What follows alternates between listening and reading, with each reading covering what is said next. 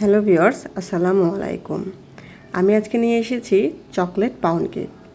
আজকে আমি আপনাদেরকে এক ডিমের চকলেট পাউন্ড কেক তৈরি করে দেখাবো, একদমই বেকারি স্টাইলের। দেখুন কতটাই সফট হয়েছে, খেতে কিন্তু দুর্দান্ত মজা। এভাবে একবার বাসায় বানিয়ে নিলে কিন্তু আপনাদেরকে বাইরে থেকে আর চকলেট পাউন্ড কেক কিনতেই হবে না। আমি কিন্তু বাসায় সব সময় বানিয়ে থাকি, আমি বাইরে থেকে কখনোই পাউন্ড কেক কিনি না। চলুন তাহলে দেখে নিই রেসিপিটি। এখানে নিয়েছি 1/3 কাপ ময়দা, হাফ টিস্পুন বেকিং পাউডার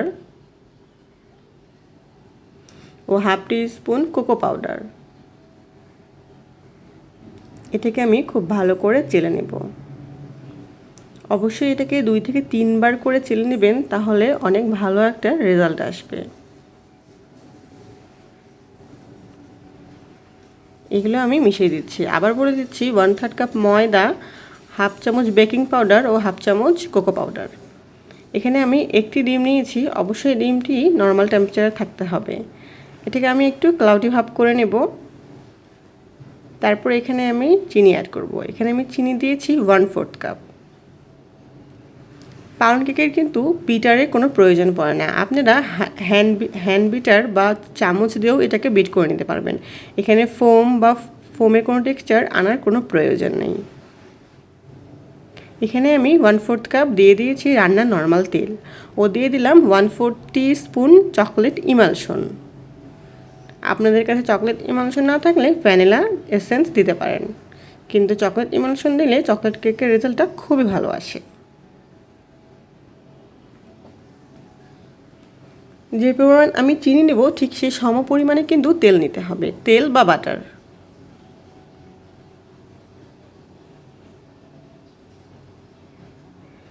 আমি এই কাজটা হ্যান্ড বিটার দিয়ে করেছি, আপনারা ইচ্ছে করলে এটা হ্যান্ড উইক্স বা চামচ দিয়েও মিশিয়ে নিতে পারেন। পাউন্ড কেকের কিন্তু হ্যান্ড বিটারের কোনো প্রয়োজন নেই। আমার কাছে ছিল, তাই এটা আমি খুব দ্রুত করার জন্যই করেছি। এখন এই শুকনো উপকরণগুলো দিয়ে আমি এটাকে মিশিয়ে নেব। এখানে ঘুরিয়ে ঘুরিয়ে বা আস্তে আস্তে মেশানোর কোনো প্রয়োজন নেই, আমি এলোপাথারি ঘুরিয়ে নিচ্ছি, জাস্ট এটা ব্যাটারটা ঘুরিয়ে গেলেই হলো, ভালো করে গুলিয়ে গেলেই হলো। খুব ভালো করে মিশিয়ে আমি একটা 6 ইঞ্চি মোল্ডে এটাকে সেট করব।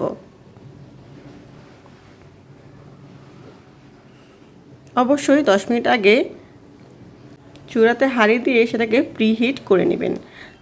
চুলাতে করলে চুলায়, আর যদি ওভেনে করে থাকেন তাহলে ওভেনকে অবশ্যই প্রিহিট করে নেবেন।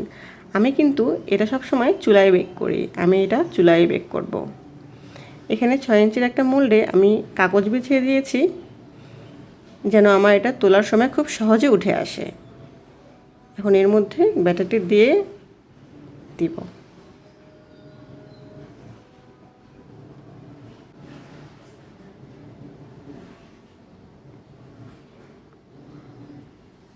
দিয়ে একটু ঘুরে ঘুরে দিলেই হবে, কি ঘুরে ঘুরে দেওয়ার পর ট্যাপ করে নিতে হবে, যেন এর ভিতরে যত এয়ার বাবলস আছে সেগুলো বের হয়ে যায়।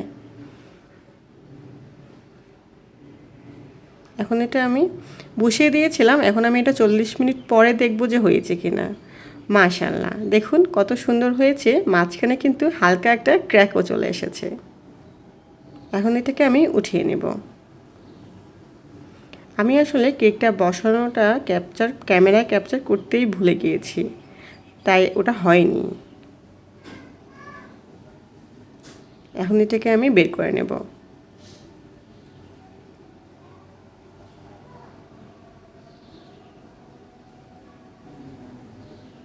দেখুন খুব সুন্দর করে কাগজ দেওয়াতে কিন্তু আমার এটা খুব সহজে বের হয়ে এসেছে।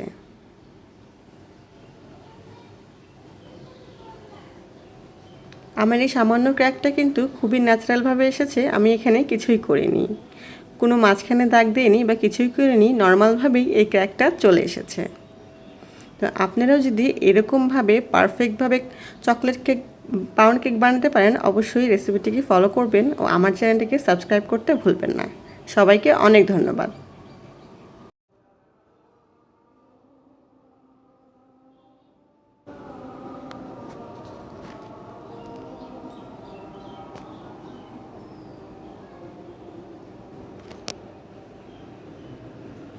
কী পরিমাণ সফট হয়েছে তা কিন্তু আপনারা দেখতেই পাচ্ছেন।